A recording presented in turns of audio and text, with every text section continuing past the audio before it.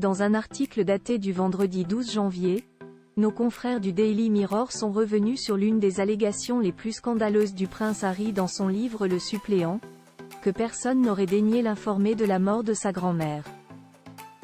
Or, la réalité serait tout autre. Ce passage des mémoires du prince Harry est l'un de ceux qui ont fait le plus jaser, le moment où le jeune homme explique comment il a appris la mort de sa grand-mère, sous-entendant clairement que sa famille aurait volontairement omis de l'en informer.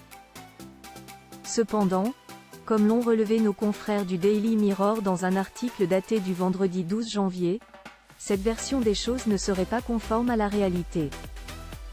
En effet, l'expert royal Robert Hardman est sur le point de sortir un nouveau livre, Charles III, New King, New Cour The Inside Story, Charles III, Nouveau Roi, Nouvelle Cour.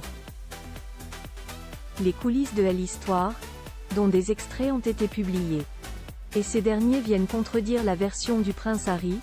Son père aurait bel et bien cherché à le joindre ce jour-là. Ce 8 septembre 2022, le prince Harry, qui se trouvait déjà au Royaume-Uni, s'était empressé de prendre un avion pour rejoindre sa grand-mère, qu'il savait au plus mal. Dans son livre Le Suppléant, il décrit ainsi la façon dont il a appris la mort d'Élisabeth II.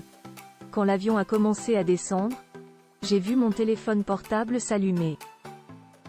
C'était un message de Meg. Appelle-moi dès que tu as ce message. J'ai aussitôt consulté la page internet de la BBC. Ma grand-mère venait de mourir.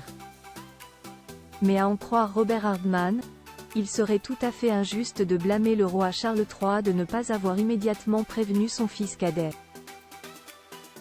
En effet, ce n'est pas faute d'avoir essayé.